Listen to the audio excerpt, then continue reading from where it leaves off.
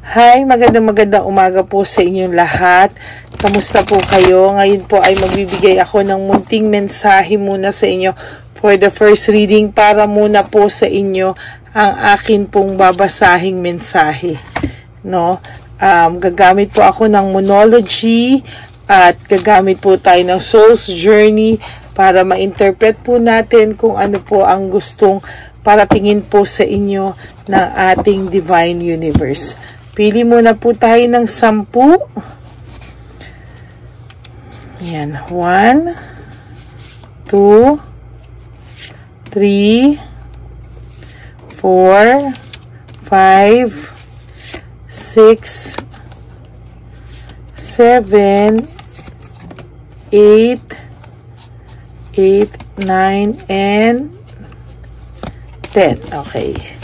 And then, pili din po tayo ng 10 sa monology.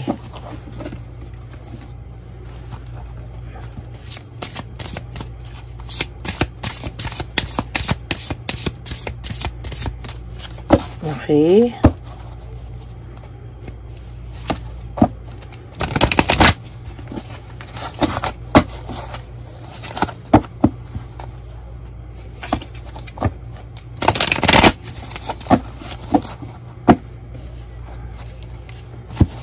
Pili po tayo ng 10 sa monology. 1, 2, 3, 4, 5, 6, 7, 8, 9, and 10.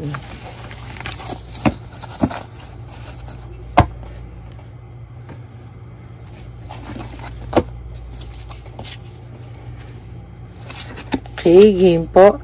Look at the bigger picture, no? Sabi po dito, tingnan nyo daw po yung look at the big picture is tingnan nyo po daw kung gaano ang naging senaryo, naging sitwasyon, ano ang magiging pagtatapos nito o ano ang magiging magandang resulta nito para sa inyo, no? Siguro sa mga oras na to ang nakikita mo lang is yung pain mo po, no? Pain mo po, but look at the brighter side of life, look at the bigger picture. It is all worth it, no? Para po sa ito, ikaw po ay mas mapapabuti, magkakaroon ng peace of mind, kakalma ang iyong puso. Marami pong magandang mangyayari, basta wag mo lang po tingnan yung mga masasakit na sa ngayon, tingnan mo po yung bigger picture after everything and the brighter side of life. A time to give rather than take, no? Most of the time daw po ay you give rather than to take, no? Lagi ka pong give ng give kesa take ng take. Ngayon po, you give, and you give po para sa sarili mo, no? Kasi po, you deserve naman po na maging masaya. You deserve po na pagbigyan ang sarili mo at spoil din ang sarili mo.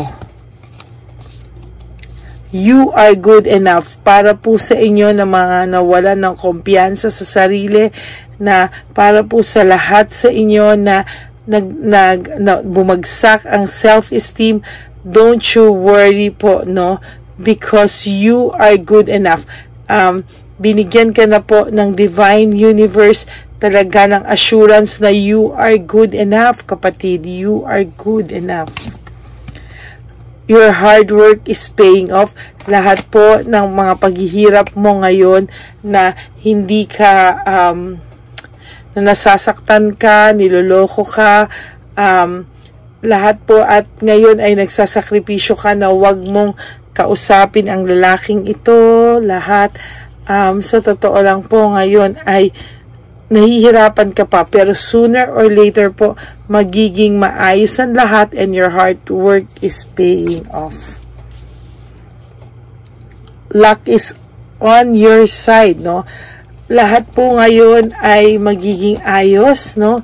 Yung ikaw po ay magiging okay. Ang lahat sa'yo, nasa iyo po yung swerte, no? Kakampi mo po ang swerte.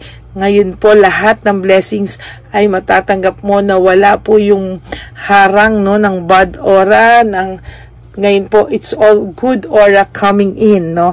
Dati po kasi nahaharangan ng bad aura ng mga sitwasyon at ng ex-person nyo. You are very close to achieving your goal. Malapit na malapit ka na pong makarecover from this kind of situation, or malapit ka na pong makalabas sa sitwasyon na nagpasira sa iyong sarili at sa iyong buhay, no? To be honest, okay ka na po ngayon kesa po nung time na kayo, kahit may relasyon naman po kayo, hindi ka naman po naging masaya. Or naging masaya ka, pero technically, most of the time po ay namumblema ka, may doubts ka, no? Adjustment are required, no? Sa ngayon po, talagang yung pag-a-adjust mo, sabi ko nga po sa inyo, naka-adjust ka na, yung pag-a-adjust mo po ay required talaga. Kailangan mo po mag-adjust kasi if walang movement, mahihirapan po kayo. Paano magbabago ang mga bagay-bagay kung wala pong magbabago? Kung wala pong gagalaw, wala pong changes. Work through your fears, no? Ang sabi po ay pagtrabahuhan mo tong mga kinakatakutan mo, paglabanan mo. What I mean is, paglabanan mo daw po lahat ito, no?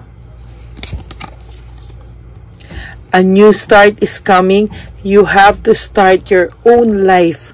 Kailangan po ay matutunan mo po, no, na mag-start ng bagong buhay na deserve mo, no? Sa ngayon po, kahit nahihirapan ka, umalis-alis ka po, pumasyal ka po, no? You love yourself, no? Ang importante po dito ay mahalin mo po yung sarili mo ng bongga. Then, show the world the real you, no?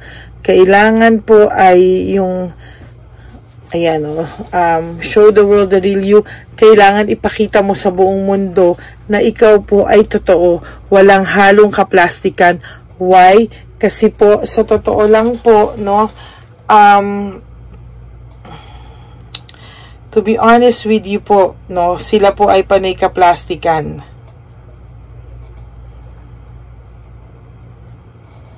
Pero ikaw po, ipakita mo po na ang mundo mo, ang pagkatao mo ay totoong totoo.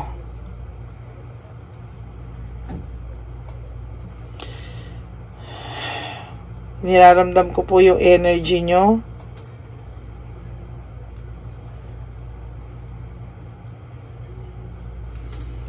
Yan, niraramdam ko po yung energy, no? Kailangan mo po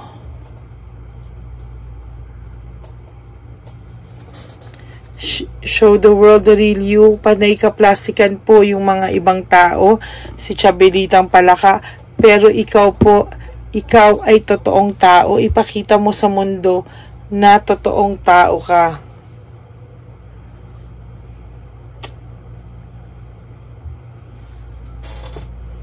Yan, no?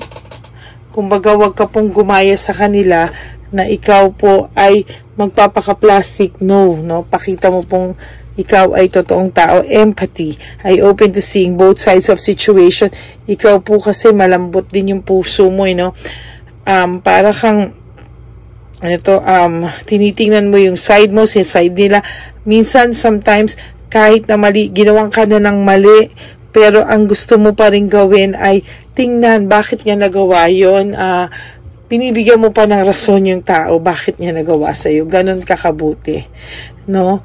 Pero sa totoo lang, yung ibang tao na nakikitaan ka ng ganyang kabutihan, hindi pa rin po nagigilty o ginagawang ka pa rin po ng hindi ka nais-nais na ugali. Huwag ka na pong mag-worry. Yan, no?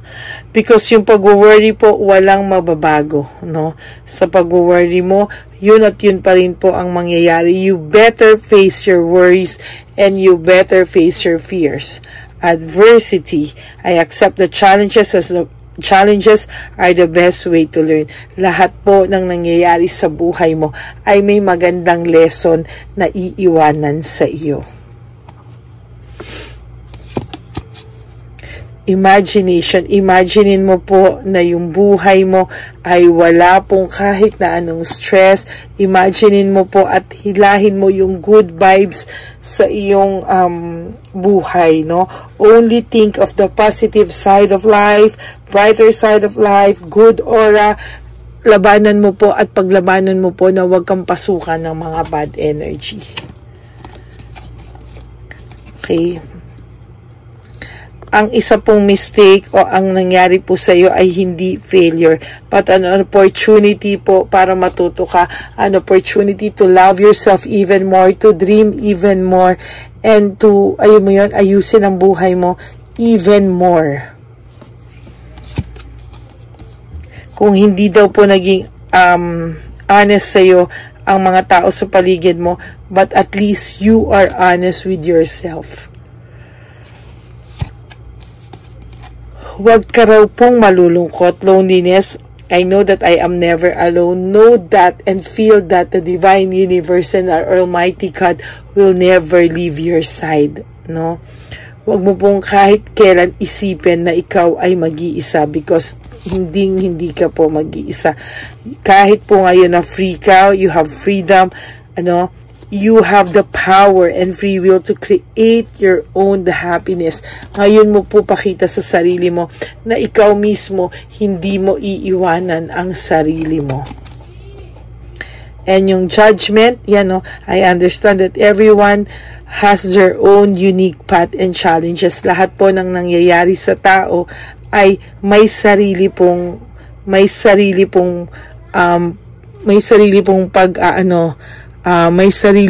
challenges and path na kailangan na direksyon sa buhay nila. So that's it for your reading for today, your first reading for today. I hope nakinig po kayo sa Divine Universe, the message po para sa inyo ng Divine Universe. Maraming salamat po. For those of you po na gustong magpa-reading sa akin, no, you can always message me sa only legit and official account ko po, ang Lady Lee Elena. Ayan.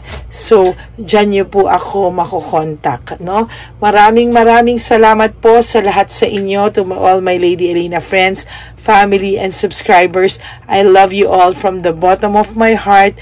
Thank you po, and please pray for my nephew Nathan. Wala pa pong result. Kaya po tulungan niyo po kaming magdasal that the biopsy result of Nathan is negative. In Jesus' name, we pray. Amen. Yan. Maraming pong salamat sa inyong lahat, at babalik po ako mamaya.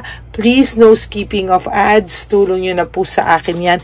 And for those of you who would like to give me a super thanks, maraming salamat po. I would really appreciate that. Maraming salamat po. And God bless you all. I love you all from the bottom of my heart. And I will be back later for another free reading. Maraming salamat po. God bless you all. Bye!